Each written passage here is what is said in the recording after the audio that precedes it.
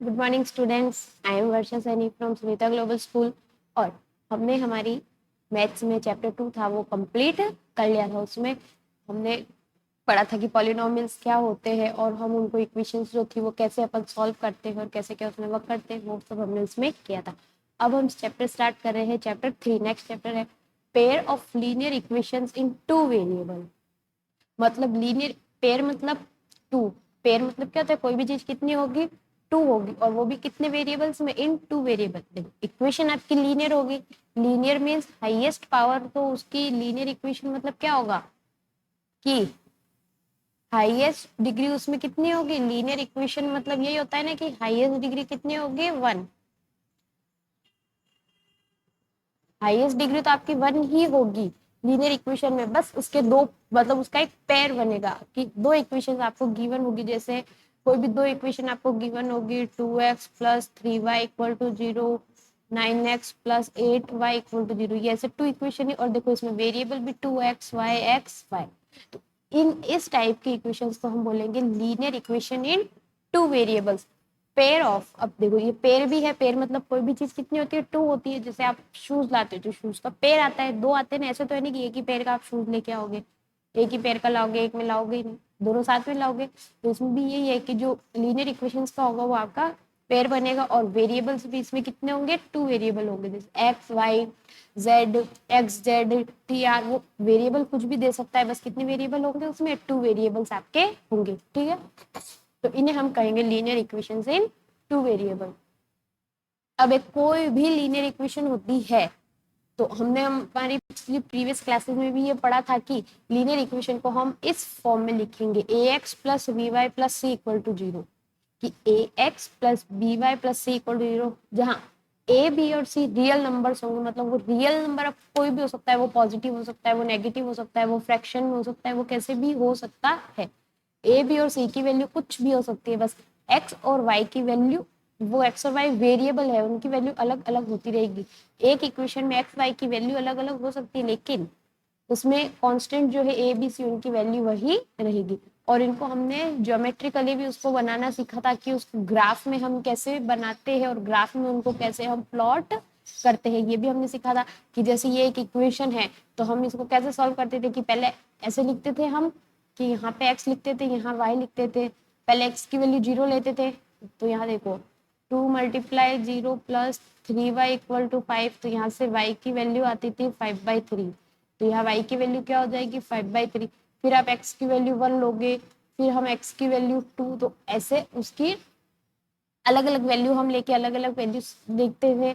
अब देखो अगर x की वैल्यू 1 है, तो 2 1 plus 3y equal to 5, 3y equal to 5 minus 2, तो y की वैल्यू आएगी 1। तो यहाँ y की वैल्यू 1 आ जाएगी। तो इस तरह हम अलग अलग वैल्यू पुट करके इसको सॉल्व करते थे, और फिर इसे हम ग्राफ पे डिनोट करते थे कि ये ग्राफ पे कैसे बनेगी। तो हमने ये चीज भी प्रीवियस क्लास में सीखी थी कि ग्राफ में कैसे सिर्फ एक इक्वेशन को, सिर्फ वन इक्वेशन को, जो टू वेरिएबल है, तो उसमें कैसे उसको हम ग्राफ में प्लॉट करते, वो भी हमने सीखा था। और अब है हमारा नेक्स्ट, अब है कि general form of a pair of linear equation इन, अब टू वेरिएबल में इक्वेशन होगी, हम उसे ग्राफ में प्लॉट करना भी सीखेंगे। लेकिन एक ही ग्राफ में टू इक्वेशन को हम प्लॉट करना भी सीखेंगे, लेकिन उससे पहले देखो, एक कोई भी लीनियर इक्वेशन होती है टू वेरिएबल में, तो उसकी जनरल फॉर्म यही होगी, a1x plus b1y plus c1 equal to 0, a2x plus b2y plus c2 equal to 0। अब A B C, a1 b1 c1 a2 b2 c2 real number से, जैसा अपने यहाँ इस पिछली इक्वेशन में था। ये तो सिर्फ एक इक्वेशन थी, यहाँ दो इक्वेशन है, इसलिए a1 a2 b1 b2 c1 c2 अपन ने नाम दिया। एक्स वाई तो एक्स वाई ही रहेंगे। तो अब इनको जो है लिखा है, जैसे देखो ये मैंने लिखी एग्जांपल फर्स्ट इक्वेशन, तो यहाँ पे a1 की वैल्यू कितनी हो गई 2, b1 की वैल्यू 3, c1 की वैल्यू -7 है। ध्यान रखना 7 के आगे माइनस है, तो c1 की वैल्यू कितनी हो गई -7। इसी तरह यहाँ पे a1 की वैल्यू हो गई 9, सॉरी 8, बट 2 की वैल्यू, b2 की वैल्यू हो गई -2, और c2 की वैल्यू हो गई 8। तो इस तरह से ये हमने वैल्यू लिखी। अब इसमें क्या करना है कि इक्वेशंस को तो अलग अलग सॉल्व करेंगे। इनमें क्या करेंगे, इक्वेशंस को तो हम अलग अलग सॉल्व करेंगे।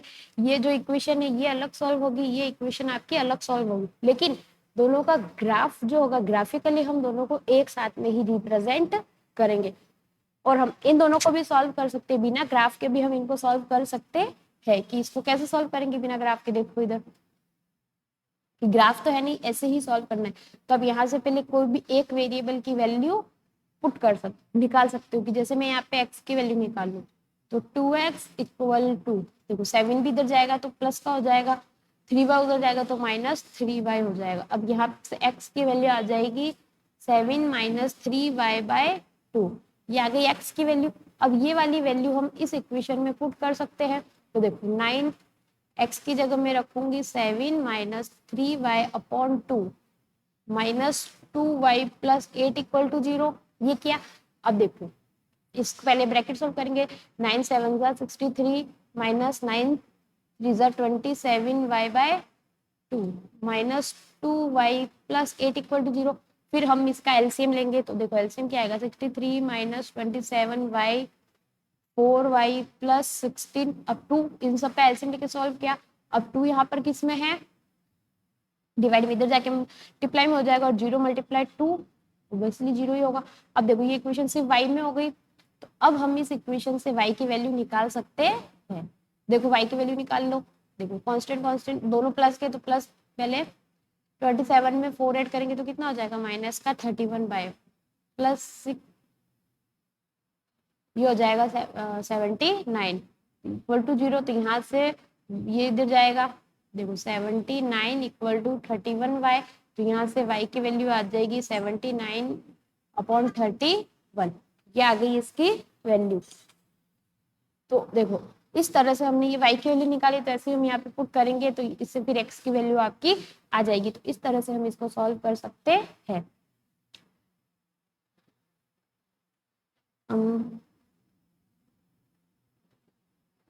ठीक है 31y माइनस का, ओके 6 प्लस 3 9 6, हाँ ओके ठीक है। तो ये आगे y के फिर यहाँ आप पुट करोगे तो इससे आप x की वैल्यू निकाल सकते हो।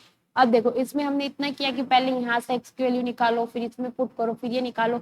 इससे अच्छा इक्वेशन को डायरेक्ट x y की वैल्यू लेके हम क्या कर सकते हैं, उसको डायरेक्ट ग्राफ बना के उसमें से हम डायरेक्ट जहाँ पे भी वो करेगा तो हम उसको सॉल्व कर सकते हैं, वहां से उनकी वैल्यू निकाल सकते हैं। अब इन 2 लाइन में ये कंडीशन होती है कि अगर 2 लाइन है एक ही प्लेन में है तो इनमें से एक ही पॉसिबिलिटी हो सकती है। ये जो 3 पॉसिबिलिटी, इनमें से सिर्फ एक ही पॉसिबिलिटी होगी, या तो वो लाइन से एक दूसरे को देखो इंटरसेक्ट करेगी, या तो वो आपस में पैरेलल होगी, या तो वो एक दूसरे को इंटरसेक्ट करेगी, या फिर वो आपस में पैरेलल होगी, या फिर वो आपस में कोइंसिडेंट होगी, मतलब एक ही लाइन पे होगी। कोइंसिडेंट मतलब दोनों इक्वेशन एक दूसरे से ही आई होगी। एक इक्वेशन देगी तो अगली इक्वेशन उसका डबल हो जाएगी, या फिर उसी से वो दूसरी इक्वेशन बनेगी। तो इंटरसेक्ट होगी, अगर 2 लाइन्स है और उनको हम 2 इक्वेशन गिवन है, या तो वो इंटरसेक्ट करेगी मतलब एक दूसरे को कट करेगी, या तो वो आपस में पैरेलल होगी मतलब कभी नहीं मिलेगी, या फिर वो एक ही लाइन पे उसकी इक्वेशन बनेगी। पॉइंट मतलब सेम आएंगे, उसमें क्या होंगे पॉइंट सेम आएंगे, उसी लाइन पे फिर वो आपकी इक्वेशन बन जाएगी।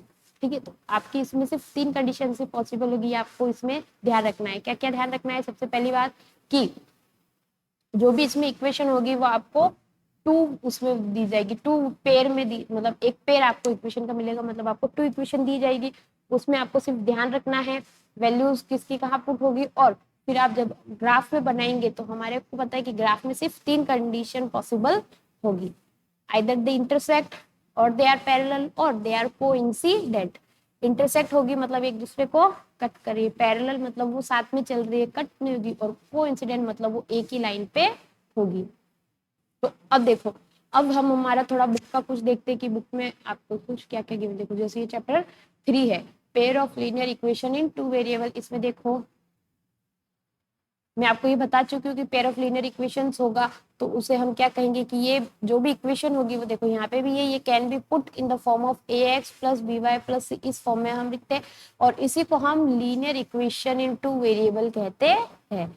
अब यहाँ पे एक वेरिएबल कौन कौन से, एक वेरिएबल x है, एक वेरिएबल y है, और a और b की वैल्यू 0 नहीं होगी। अगर a और b में से किसी एक की वैल्यू 0 हो गई तो वो फिर एक ही वेरिएबल में रह जाएगी, फिर वो 2 वेरिएबल में नहीं जाएगी, आपको ध्यान रखना है। फिर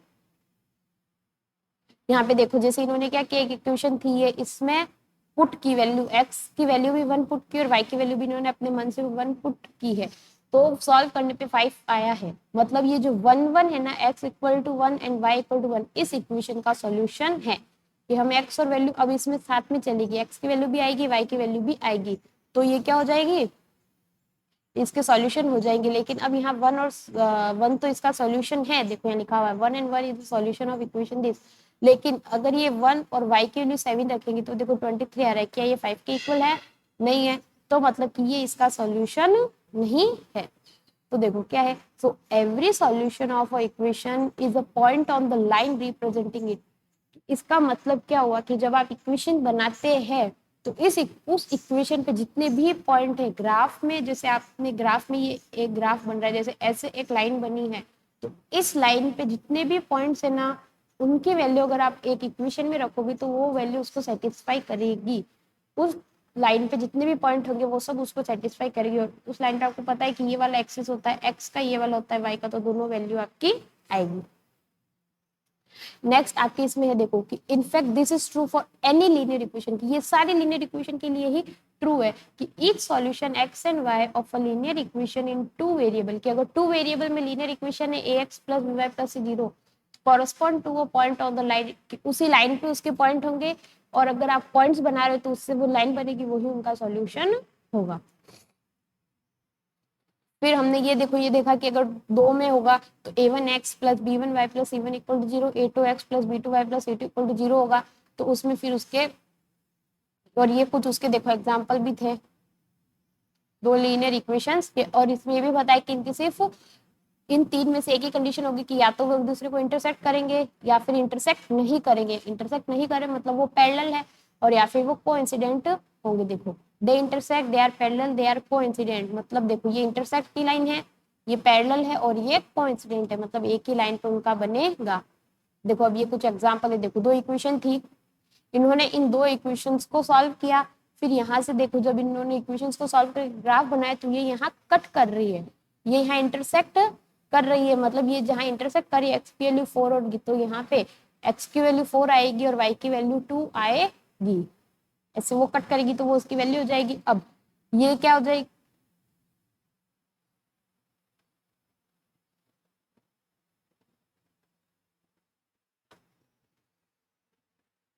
कोइंसिडेंट। अब ये लाइन क्या हो गई, कोइंसिडेंट हो गई, कि यहाँ पे क्या होगा, दोनों इक्वेशंस इक्विवेलेंट होगी तो ये कोइंसिडेंट है। देखो एक ही लाइन बनेगी, जब एक ही लाइन बन रही है मतलब वो कोइंसिडेंट होगी।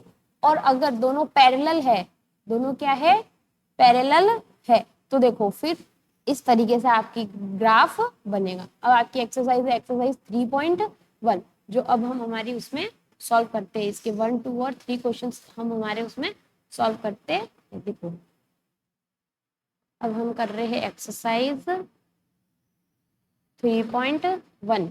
3.1 का क्वेश्चन नंबर फर्स्ट। ठीक है, तो अब हम हमारे एक्सरसाइज 3.1 का फर्स्ट क्वेश्चन यहाँ पे करेंगे। तो देखो फर्स्ट क्वेश्चन क्या है, अफ्ताब टेल्स हिज डॉटर, की अफ्ताब अपनी डॉटर को क्या कहता है कि 7 years एगो, 7 साल पहले, I was 7 times as old as you were then, क्या बोलता है कि 7 साल पहले तुम जितने साल की थी उससे मैं 7 गुना ज्यादा था। जैसे कि 7 साल पहले अगर वो 3 years की थी तो उसका 7 गुना कितना हो जाएगा, कि उसका फादर था 21 years का, उसका फादर था। तो ऐसे अपन पहले सबसे पहले ये बता, और ऑल्सो 3 years फ्रॉम नाउ, की अब से 3 साल बाद, I shall be 3 times as old as you, कि जितनी तुम हो मैं उससे 3 गुना ज्यादा और हो जाऊंगा। जैसे अभी अगर तुम 3 साल बाद अगर तुम 5 years की होगी तो मैं कितना हो जाऊंगा, मैं 3 times मतलब 5 थी, मैं 15 years का हो जाऊंगा।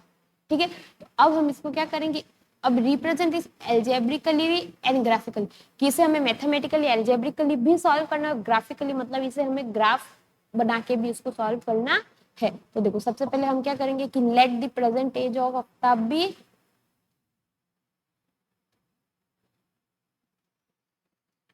Late the present age of Aftab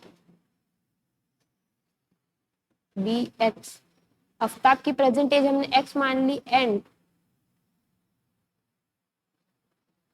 his daughters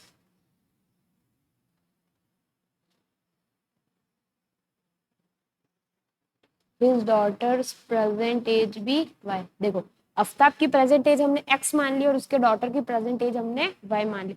अब क्वेश्चन क्या कह रहा है कि 7 years ago, 7 years ago। तो अब देखो, अभी अगर हम 20 years के हैं तो 7 साल पहले कितने साल के होंगे? तो कम होगी ना, ऑब्वियस बात है। अभी 20 years के, तो पिछले साल भी 20 years के ही थे क्या? नहीं, पिछले साल 19 के थे, फिर 18, 17 ऐसे पीछे था। 7 साल पहले की बात हो रही है, मतलब आपकी एज में से 7 ईयर क्या होंगे? माइनस। तो 7 साल पहले आफ्ताब की एज क्या हुई होगी? जैसे अगर अभी एक्स है तो 7 साल पहले कितनी होगी? एक्स माइनस 7 आफ्ताब की, और उसके डॉटर की कितनी रही होगी? Y minus 7। तो अब देखो, अब आफ्ताब क्या बोल रहे हैं कि I was 7 times as old as you, कि जितनी तुम उस टाइम थी मैं उसे 7 times था। तो अगर उस टाइम उसकी डॉटर ये थी, अकॉर्डिंग टू क्वेश्चन, कि आफ्ताब अगर अभी इतने का है तो वो अपनी डॉटर से 7 गुना ज्यादा था, तो उसकी डॉटर कितनी थी?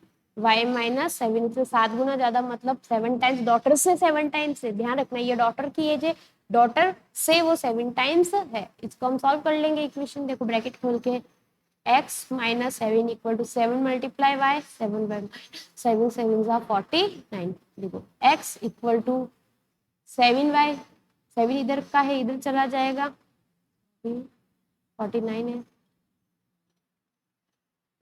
माइनस के इधर जाके किस में हो जाएगा? प्लस में।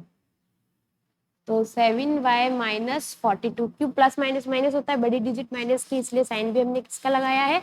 माइनस। आप चाहो तो मेरी इधर रख लो, या RHS कैसे भी अपन इसको रख सकते हैं। अब देखो, अब क्या बोल रहा है? 3 years फ्रॉम नाउ, ये बोल रहा है ना, ऑल्सो 3 years फ्रॉम नाउ। तो देखो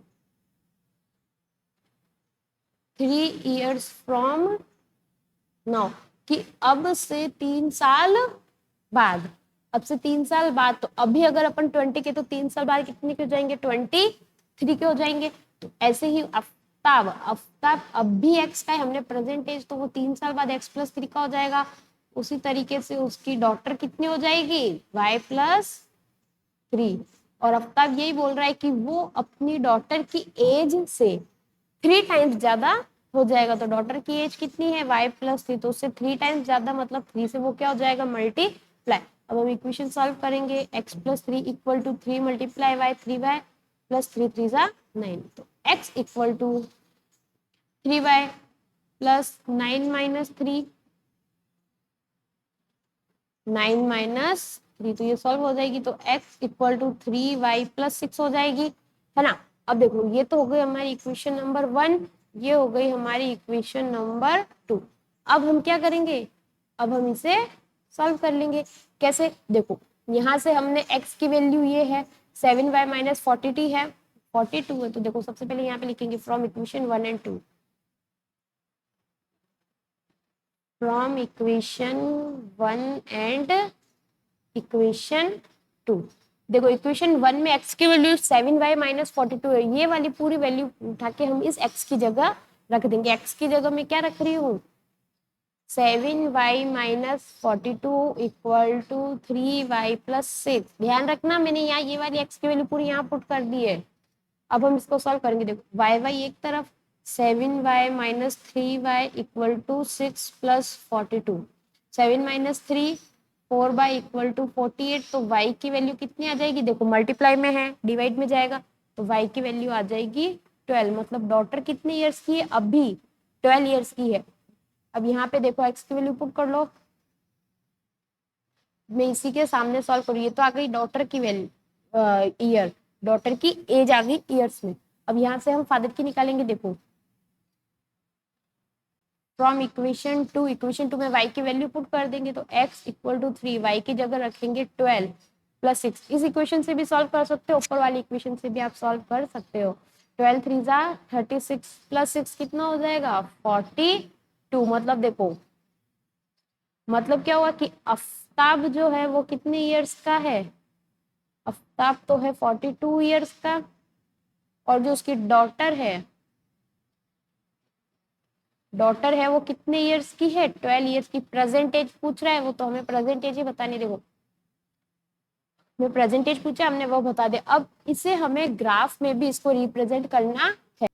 अब देखो अब हमने जैसे इक्वेशन ऐसे तो हमने सॉल्व कर ली है कि एल्जेब्रिकली तो हमने ये इक्वेशन पूरी देखो सॉल्व कर ली और हमारी एज भी इन दोनों की फादर की और सॉरी फादर और डॉटर दोनों की एज आ गई। अब हमें इसे उसमें रिप्रेजेंट करना है, किसमें, ग्राफ में रिप्रेजेंट करना है। तो ग्राफ में रिप्रेजेंट करने के लिए पहले हम टेबल बनाएंगे। तो देखो टेबल है, फर्स्ट इक्वेशन है हमारी x equal to 7y minus 42, यही है 7y माइनस 42 एंड एक इक्वेशन है x equal to 3y plus 6, एक इक्वेशन है x equal to 3y plus 6 है। ओके, तो अब देखो हम इसको सॉल्व कैसे करेंगे। तो देखो इसको सॉल्व करने के लिए क्या करेंगे,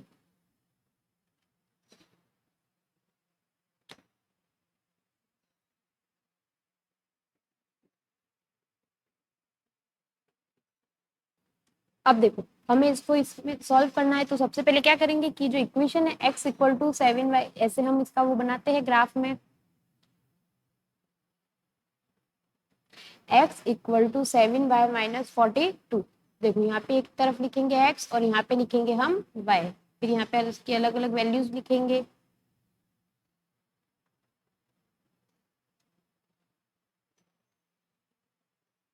थ्री वैल्यूज ले लेंगे तो वो भी हमारे लिए क्या होगी, सफिशियंट होगी, फिर ज्यादा वैल्यूज की भी जरूरत नहीं है, थ्री वैल्यूज हमारे लिए सफिशियंट होगी।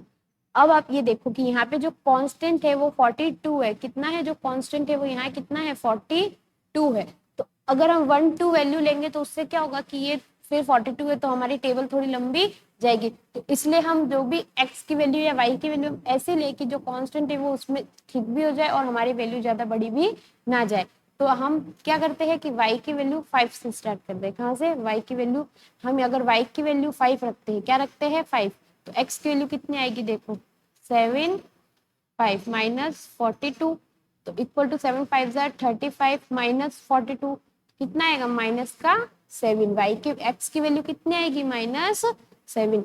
अब हम y की वैल्यू पुट करते हैं 6, 5 के बाद में क्या आता है 6, तो कितना आएगा देखो 7 मल्टीप्लाई 6 माइनस 42, 7 6 जा 42 माइनस 42 कितनी हो जाएगी 0, मतलब x की वैल्यू कितनी आएगी 0।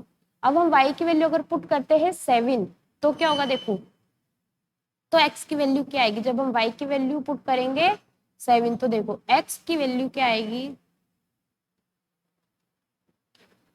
7 7 माइनस 42, 7 7 जा 49 माइनस 42, तो 49 में से 42 जाएगा कितना बचेगा 7, तो यहाँ पे कितना आ जाएगा हमारे लिए x की वैल्यू भी कितनी आ जाएगी 7। ओके स्टूडेंट्स, देखो नेक्स्ट इक्वेशन जो है वो आप अपने आप सॉल्व करेंगे, जो आएगी कि x equal to 3y plus 6 की इक्वेशन थी वो आप अपने आप सॉल्व करेंगे। मैंने यहाँ पे आपके लिए सॉल्व करके रखी और ये इक्वेशन अपन ने सॉल्व की थी, सेम जैसे ये सॉल्व की थी वैसे ही आप ये वाली इक्वेशन भी सॉल्व कर लेंगे। और फिर देखो आप ऐसे ग्राफ प्लॉट करोगे, आपको पता है ये वाली x एक्सिस होती है, ये वाली x डैश, ये y और ये y डैश, मतलब यहाँ पे पॉजिटिव यहाँ नेगेटिव, यहाँ पॉजिटिव यहाँ पे नेगेटिव आपकी एक्सिस होती है।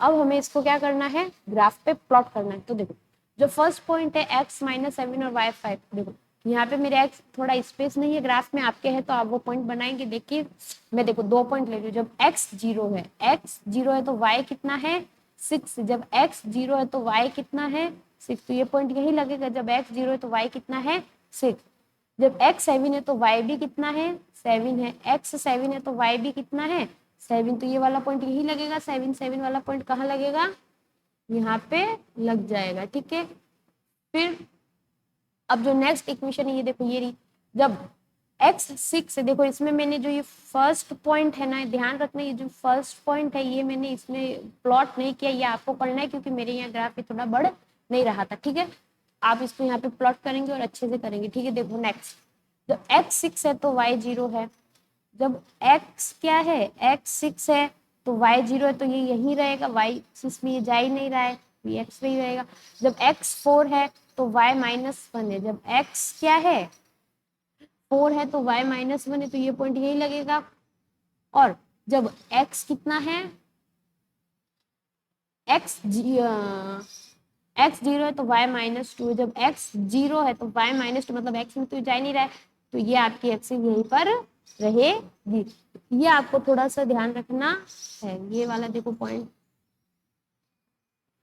x 0 x y -1 ये y -1 और x की वैल्यू है आपकी 4, तो ये वाला पॉइंट लगेगा यहाँ पे। ओके, तो अब हमें क्या करना है, इस पे लाइन ड्रॉ करनी है, तो आप लाइन ड्रॉ करेंगे।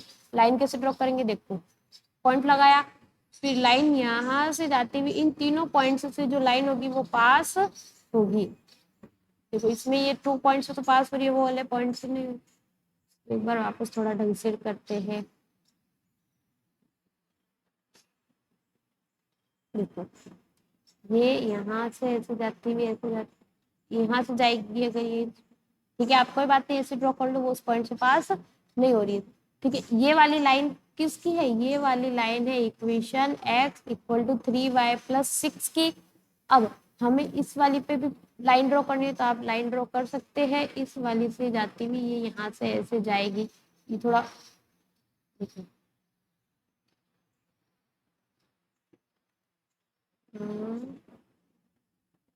ये थोड़ा ऐसे जाएगी। ठीक है, ये वाली इक्वेशन कौन सी हो जाएगी, ये वाली लाइन कौन सी इक्वेशन की है, x equal to 7y minus 42 की ये वाली इक्वेशन की ये लाइन है, ये वाली इक्वेशन की ये लाइन है। तो आपको इस तरीके से इसे ड्रॉ करना है। ओके, अब देखो नेक्स्ट इक्वेशन हम करते हैं। नेक्स्ट क्वेश्चन क्या है कि the coach of a cricket team buys 3 bat and 6 ball for rupees इतने, later she buys another bat and 3 balls for same kind for rupees 1300। तो रिप्रेजेंट एल्जेब्रिकली एंड ज्योमेट्रिकली, हमें इसे एल्जेब्रिकली और geometrically दोनों तरह से हमें इसे सॉल्व करना है। वही चीज देखो सेकंड क्वेश्चन हम करेंगे। देखो let coach of cricket team let the bat be X, और बैट को एक्स लिया and ball be Y.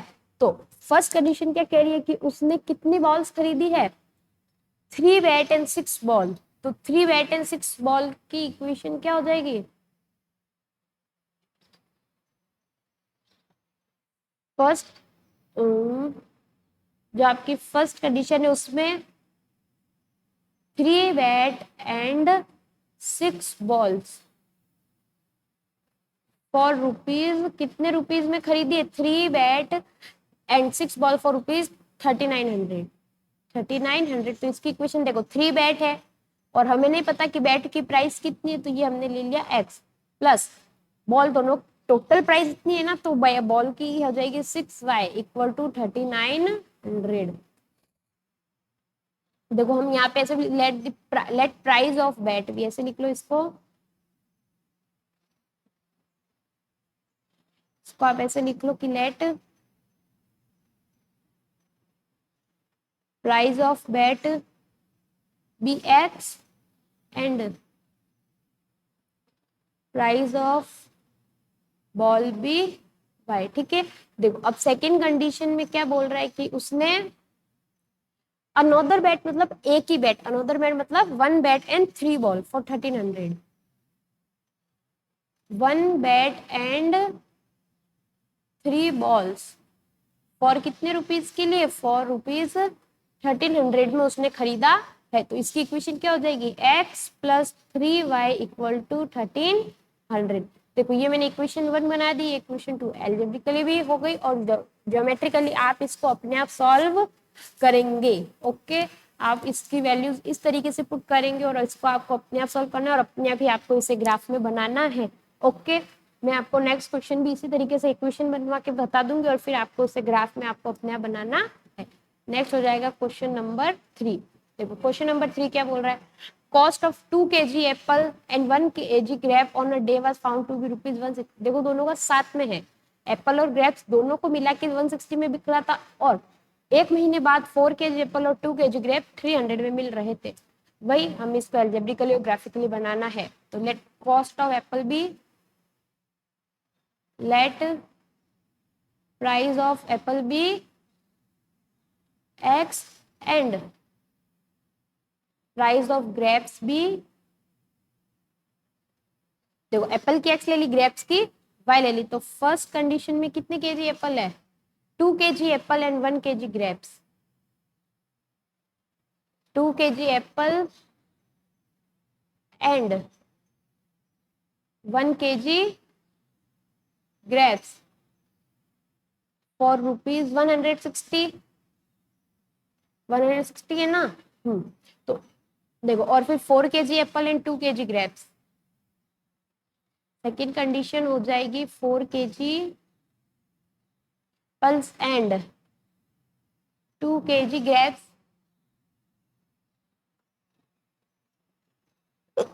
Sorry, for rupees 300। अब इसकी इक्वेशन क्या हो जाएगी, 2 kg एप्पल है मतलब 2x प्लस 1 kg ग्रेप्स मतलब y equal to 160, equation number 1। और 4 kg एप्पल मतलब 4x प्लस 2 kg ग्रेप्स मतलब 2y इक्वल टू सॉरी 300। कितनी हो जाएगी, 300। ये 160 एंड 300, ठीक है। 2142 डबल हो गया। तो अब हमें इसको क्या करना है, ये हमने बना दी। अब इस इक्वेशन को आप खुद देखो, एल्जेब्रिकली तो मैंने आपको बता दी, ग्राफिकली आप इसको खुद अपने वैल्यूज पुट करेंगे और अपने आप इसे आप सॉल्व करेंगे। ओके, तो आज हमने लीनियर इक्वेशन का इंट्रो भी किया है और उसकी जो एक्सरसाइज फर्स्ट है वो भी हमने की है, कंप्लीट कर लिए। क्वेश्चन नंबर 2 और 3 के ग्राफ आपको अपने आप बनाने हैं। ओके, 1 का ग्राफ मैंने आपको बना के बता दिया है। ओके, तो बाकी आगे का हम फिर हमारे नेक्स्ट वीडियो में करेंगे। ओके, तब तक के लिए bye, stay home, stay safe.